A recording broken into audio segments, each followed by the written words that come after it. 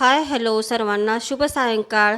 नमस्कार, मी वैशाली. स्वागत आहे तुमचं माझ्या एका नवीन मराठी यूट्यूब चॅनेलमध्ये, ज्याचं नाव आहे वैशाली वडनेरे ब्लॉग. तर आता सायंकाळ झाली आहे आणि नेहमीप्रमाणेच म्हणजे आज साक्षीला सुट्टी होती. तर ती बोलली होती का थोडीफार शॉपिंग पण करू, पण गाडी नेमकी तिची बिघडलेली होती म्हणून आम्ही आज खूप दिवसांनी रिक्षाने चाललो. म्हणजे मी जाते तशी हॅलो, आम्ही आलो गावात आज शॉपिंगला आणि आज रामाचं रथ निघणार आहे ते पण बघायचं आणि थोडीफार शॉपिंग करू. आणि आज खूप गर्दी कमी आहे. खूप छान छान रांगोळ्या, रथाची स्वागताची तयारी खूप मस्त आहे. तुमच्यासोबत मी शेअर करेन, तेव्हा व्हिडिओ कंटिन्यू करा आणि खूप छान वाटतंय. चला बघत राहा, व्हिडिओ कंटिन्यू करा.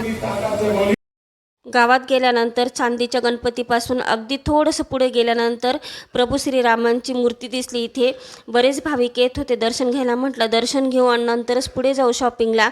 मला याआधी मी कधीही रथाचं दर्शन वगैरे घेतलेलं नाही. म्हटलं ह्यावेळेस जाऊ आणि शॉपिंग पण करू. तिथून दर्शन घेतल्यानंतर थोडी पुढे आली ते इथे खूप छान अशी फुलांची रांगोळी काढलेली होती, धनुष्यबाणाच्या आकाराची. खूप लांब रुंद होती. आज जिकडे तिकडे रस्ते रांगोळीने भरलेले होते आणि फुलांनी सजावट केलेली होती. खूप मस्त.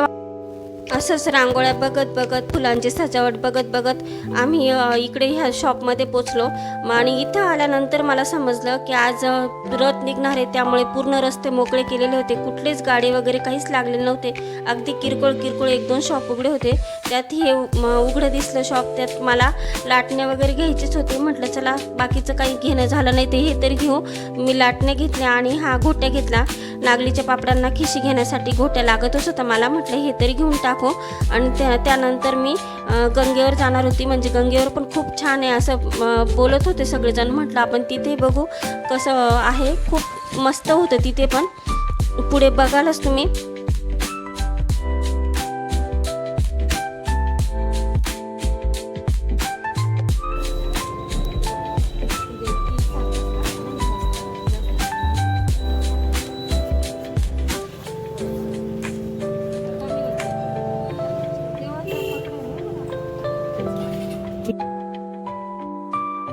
ही जे मुलं आहेत त्यांनी पण छान वेशभूषा केलेली होती आणि मुली पण नऊवार साड्या घालून आल्या होत्या. छोट्या छोट्या मस्त सजून धजून आल्या होत्या.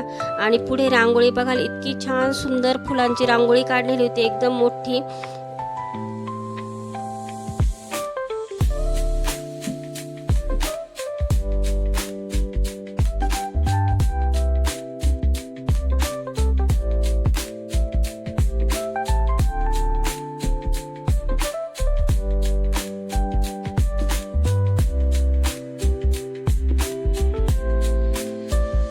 आता आम्ही आलो गंगेवर. सर्व ही गंगेवरची दृश्ये खूप छान, डोळ्यांना दिपणारे अशी दृश्य आहे.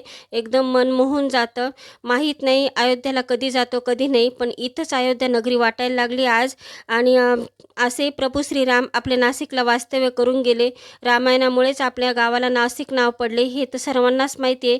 तुम्ही बघू शकता आज की जत्रेचं स्वरूप आलेलं होतं. की हे छोटे छोटे मुलांचे पाळणे आणि लहान मुलांचे खेळणीची दुकानं, एकदम जत्रेसारखं वाटत होतं. आम्ही थोडं फिरलो, थोडं म्हणजे भरपूर फिरून आलो.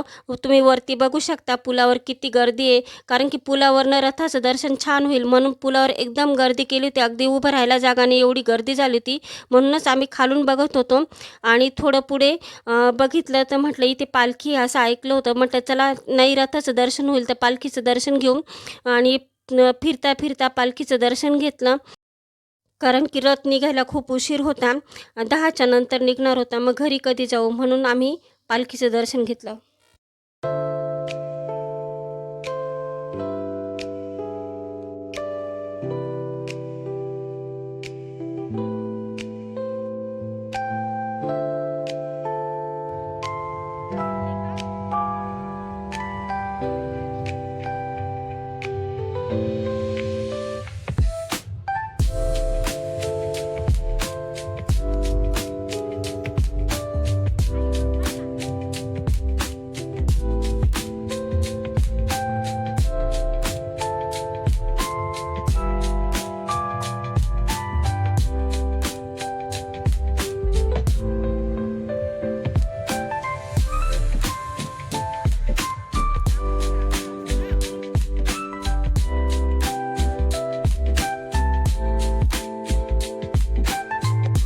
कॉपीराईट पडेल म्हणून मी आवाज म्यूट केलेला आहे.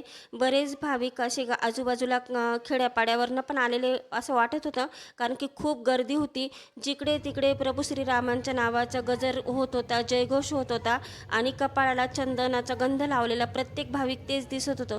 खूप मस्त वाटत होतं. आता मी आली इथे सांडव्यावरच्या देवीचं दर्शन घेऊ म्हटलं. जाता देवीचं असं मंदिर लागलं तर म्हटलं आता दर्शन घेऊ आणि मगच घरी जाऊ.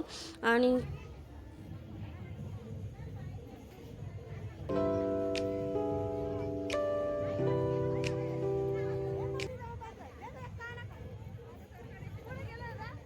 चला आता आम्ही घरी जायला निघालो आणि व्हिडिओ पण इथेच एंड करते.